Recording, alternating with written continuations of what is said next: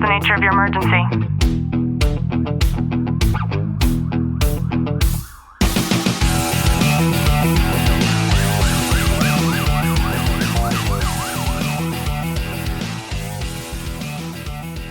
Welcome back to the Tactical Living Podcast. I'm your host, Ashlie Walton, joined by Sergeant Walton. Clint, how are you? I'm good. You've been on vacation all week. I know. How do you feel? I feel great. Good. Recharged? Absolutely.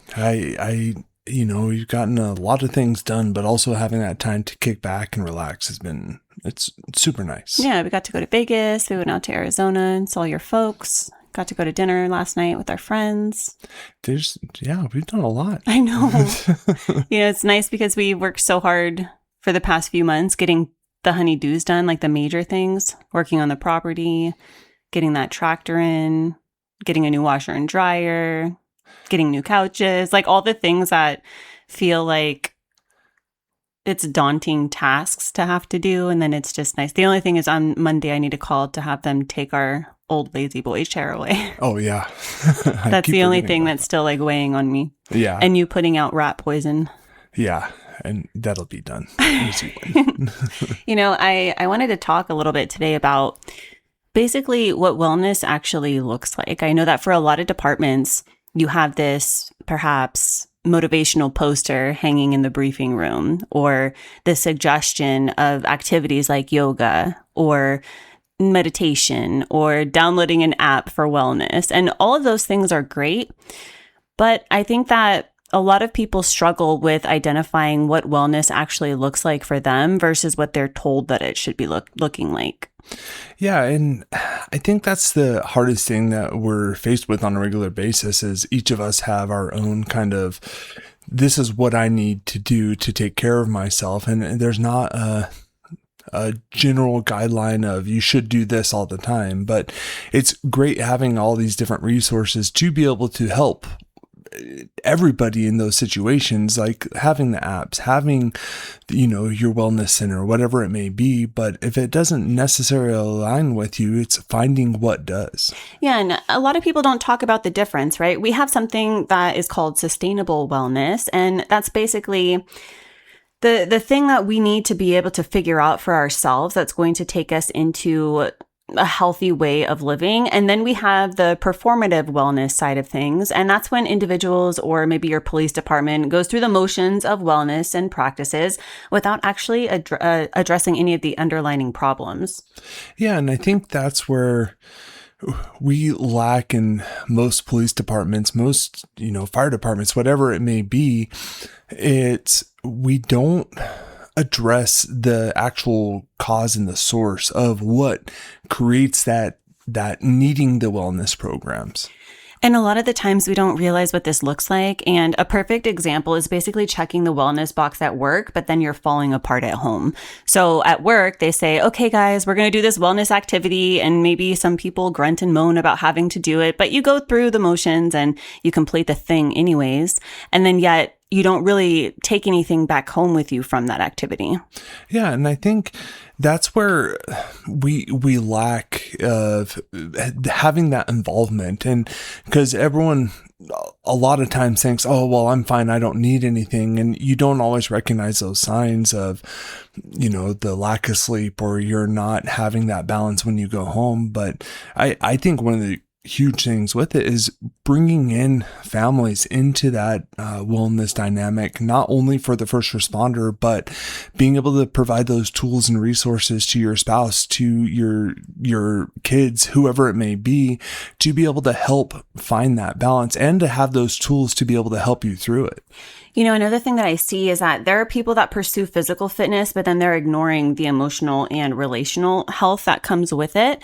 I saw this video and it was, I'm going to assume a husband and a wife. They were in their new backyard and they were kind of like, what's it called when you have, peeping Tomming at their neighbor next door. And it was early morning and you can hear him playing worship music.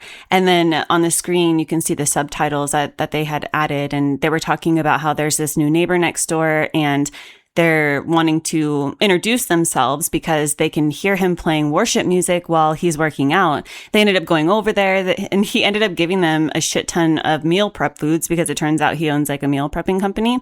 And that is a perfect example of being able to connect our physical health to our emotional health. Like, what are we taking in spiritually when we're going through the motion of something like that? There are many times where that's exactly where my mind is at. And then there are other times where I'm more like somatically focused when I'm working out, where I want to go a little bit slower, feel things a little bit harder, and I actually want like that hardcore metal music instead. So there is a major connection between those two. And I think that a lot of times we forget that, and then we just kind of show up and then do the motion, do the movement, and then call it a day. But that doesn't do anything for us outside of things physically.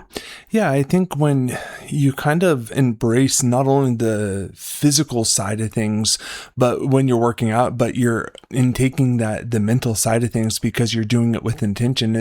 I think no matter what we're doing, when we're doing things with intention, it really helps create that balance on the back end of, you're getting your workout in, but you're also taking care of your mental wellness at the same time.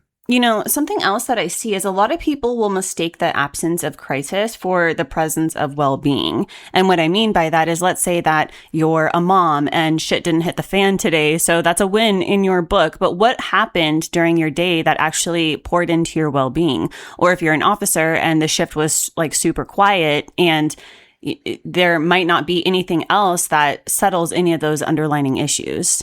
And I think it's we have that. I mean, you said the infamous Q word, but you're not working right now. Yeah, exactly. It's like we're always waiting for, okay, well, it was pretty quiet today, and what's it's the calm before the storm. We're already preparing for that worst case scenario instead of pouring into, okay, well, today wasn't a bad day. How can I, partake in filling up my own cup or filling up this, preparing for those inevitable, crazy days, is trying to set ourselves up for that success in that venture on those days where stuff's not crazy.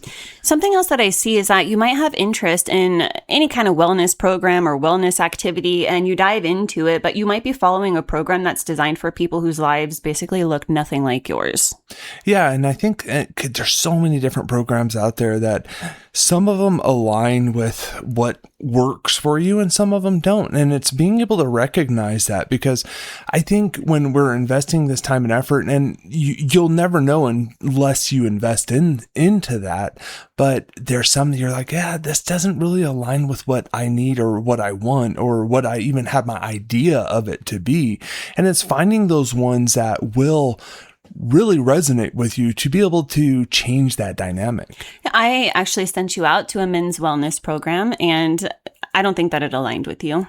No, it was different. It was a cool experience, but it wasn't something that really resonated with me as much. And because there was a lot of people there who they don't have the same understanding. And luckily it gave me it was a great experience, but it was able to let me walk away with some extra tools to have for my own kind of idea of what it should be, but it didn't mesh as well. Yeah. And I've been involved in a lot of different programs, wellness programs and otherwise. And something else that I think a lot of people fail to understand is that you might not be on the beat every single day, right? On the beat, like physically, not like out there working on the beat as a police officer. And sometimes having a program can make us feel harder on ourselves when there are days that we miss the mark on the things that we're supposed to be executing every day. And that type of guilt is what leads people into the cycle of just deciding like, okay, now I'm not going to partake in this at all. And it's really important to understand that imperfect and inconsistency, it's okay, right? And there also has to be self-accountability to where you agree with yourself that if then this will happen, right? So if I didn't work out and then my plan is to work out 5 days a week, then I'm going to maybe incorporate a few other workouts into my next workout routine. Like doing things to be able to make you feel confident that you're still sticking to your goals.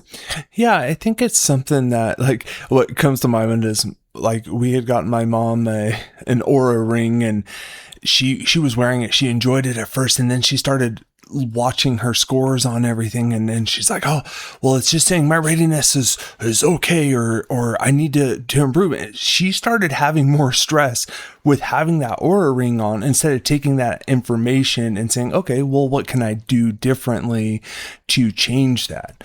And I think we're each so hard on ourselves, especially say I want to work out 5 days this week, and you only work out one. And so the next week you're like, okay, well, I only worked out 1 day next week or this week, so I'm not even going to work out this week because I didn't reach my goal. Yeah. And for me, I've gotten to the point where, because I am so hard on myself with working out, especially. I have so much guilt when I don't stick to what I set up for that day.